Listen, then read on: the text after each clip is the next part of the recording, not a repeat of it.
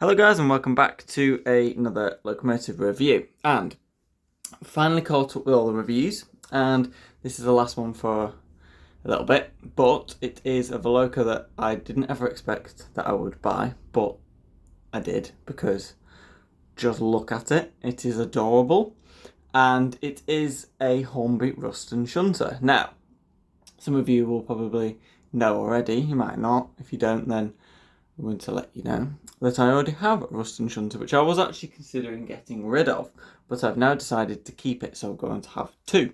And they are actually slightly different. There are tooling differences, which I will show you later. But this is a brand new one. It was discounted at Rosa Sheffield, so I decided to purchase it. It is also a resident of the Great Central Railway, and I do quite like Great Central Railway liveried locomotives, so it's in like this gorgeous green colour with GCR written on it and stuff, and I'm just like, I've got to get that because it's so cool.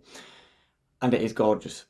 So this was a sort of unexpected purchase, but I've decided to buy it, and I'm so glad. So we're going to do a quick review of it today. It's not a very big locomotive, so it shouldn't take us very long, and then we will have a running session with this, and I will run the other Ruston as well, so you can see the two together. And then we'll basically just conclude the video after that. So let's get to it. Take a quick look at the box first. Now, as you can see, this is the box here. The colour on the box is nowhere near the colour in real life. That's just Hornby for you. Back of the box, you do get a bit of history here on the Rustons, so I will leave that there for you. You can pause it and read it if you like. And the detail bag. So there's not much in it. But as you can see, you've got some spare couplings, loads of them. You've got one for the wagon as well, and there's like a little black plug thing, which I will show you soon what that actually does. That just fills in the whole for coupling. So I've actually put one of those on the front because I don't use couplings on the front of most of my locos, so that's why I've got one of those in. So we will now go to the detail part and have a look at the detail, and there is actually quite a lot considering the size of the locomotive. So here it is, the gorgeous locomotive, the little Ruston. It does have the wagon, which comes with it, which I actually do like this because it says GCR on it and it just matches. I've got an idea for what this is going to be. So there is a Mark 1 MX5 coming out in 00 gauge from Oxford Diecast. I'm going to be purchasing one of those. I will also do a review on that on the channel because it's probably, because obviously if you don't know, I own one. So it will be quite cool as a little mascot. So it's going to go on here and permanently on here, and then this is going to have coaches behind it or whatever it runs with. It'll look a bit weird, but it's going to basically be the channel mascot. It's going to be the Ruston and the MX5, so that's the idea. So it comes with this permanently fitted. I'm not going to put detachable couplings or anything in it because it is wired up. It's to help with the pickups for the locomotive. The other Ruston doesn't have one because it never came with one because it was gifted to me by Kelly Ashford, and I don't know why, but it didn't end up coming with the wagon, so that one doesn't have one fitted, and you can tell the difference because this one doesn't struggle anywhere near as much over points and stuff. So in terms of the detail, it's gorgeous. You can see got the gorgeous green colour painted really nicely. Loads of little nameplates and stuff. You can see the name is Qwag. You've got Ruston on the front here where the grill is. The grill picked out in black, which looks fantastic. Buffer beam in bright red, which I absolutely love, and you got the buffers, which are not sprung, but they are separately fitted and really nicely made, so that's really nice. You have the coupling hook at the front. There is no actual chains or anything, but you could probably get some to fit on that if you were to use them. You do also have the little plug where the coupling would usually go. You can probably just see that, and there's a little connection for the wire there, so if you wanted to attach one of these to another Ruston, say you had another Ruston and you wanted to double head them, you could actually plug them in together. That's not something I'll be doing, but it's something that you could do, or you could reverse it and turn it round, so you could have it pull in them backwards, stuff like that, so it's always an option. You do have the glazed windows, which I actually really like, with the lining round in the black, which looks fantastic. Have the little sort of exhaust sort of funnel thing as well, which looks really good. So I do like that a lot. And then you've got a little horns and lights and stuff here, which are very, very tiny indeed. Got little tiny handrails next to the door, which look fabulous.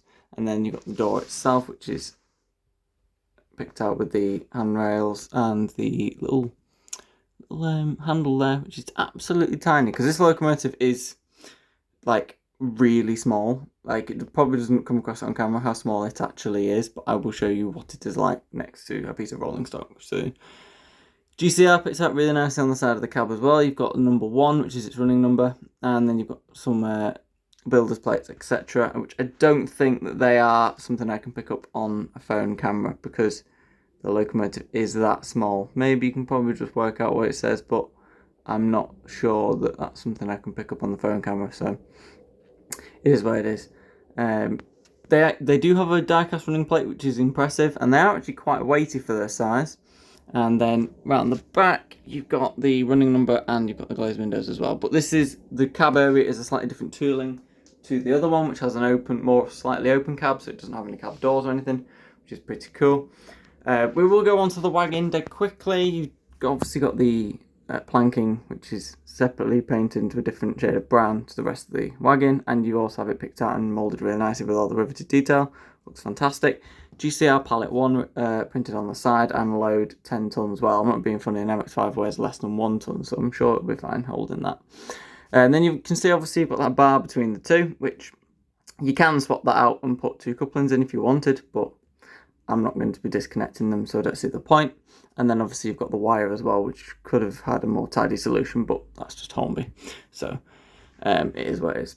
So that is the locomotive. We will now, it's not much of the locomotive because it's very, very small. So we will now go on to the slow speed testing and then on to a running session with the other Ruston and just enjoy it for a little bit. So let's get to it.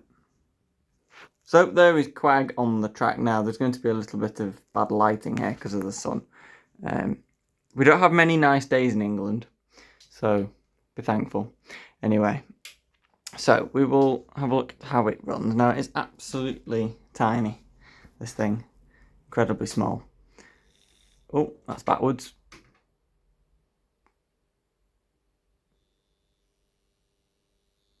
These are geared to run incredibly slowly, but it does kick in. I mean, that's pretty slow. It's pretty good, isn't it? I don't think I can go much slower than that because I think it'll cut out. Well, fair enough, that's actually pretty good. So you do have the wagon picking up as well, so it's keeping it well, it's basically making sure that it's not going to cut out. So it's pretty good. It's very, very slow. So it does have a very good slow speed. The slowest it'll go is probably that. It is moving.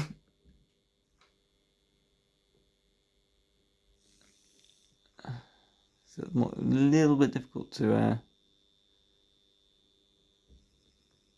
get super slow, but it's very impressive anyway. So that is really, really good.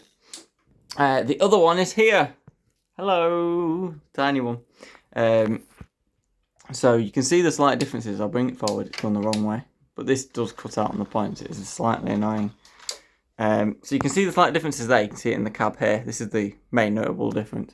In terms of inside the cab, you've got it picked out in cream in this logo, which looks really nice. Looks really, really good in there.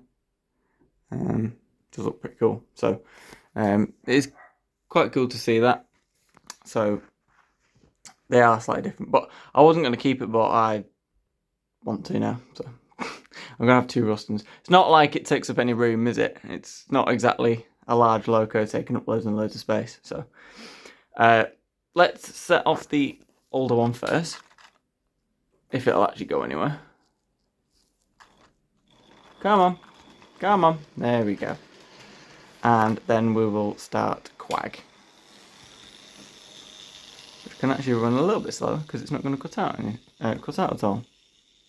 Off it goes. Finally got the other one running.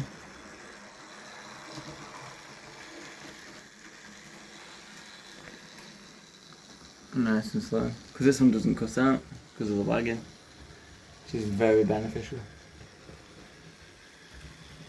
It's tiny, it's so tiny. I've got a nice light load for that. I've got it sort of like preservation, parcel van, guards van run sort of thing.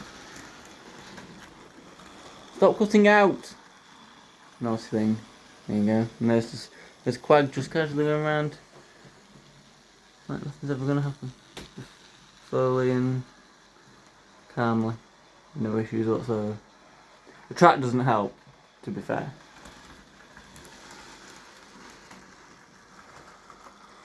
The neck. Here's Qwag. Qwag's not full speed, by the way. The other one is. So.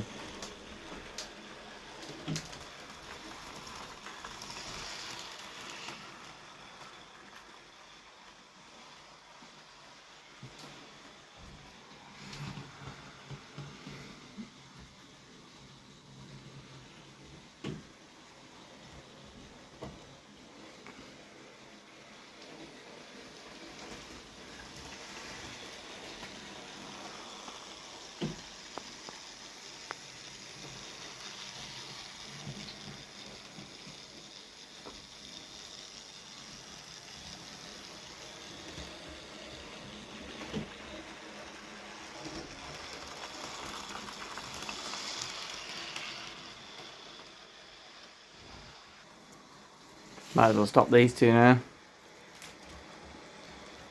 We've got the older one coming in. There we go. And last but no means least, it's Qwag. There we go. So that is the little Ruston then, and I do like it a lot. I think it's absolutely gorgeous. It is my favourite of the two by a long, long way. The other one I've decided to keep just because why not? Because it doesn't take up any room, but it doesn't run as well. I think it's also due to the fact it hasn't got a wagon. I could really do with getting one, but I just don't see the point when it doesn't actually have one anymore. So it's not really worth getting. So it is what it is. I'm sure we can sort some out. Probably just needs the wheels cleaning as well, which is why it's not picking up 100%. But anyway, that is all for now. So I'll see you very soon for some more videos. Goodbye.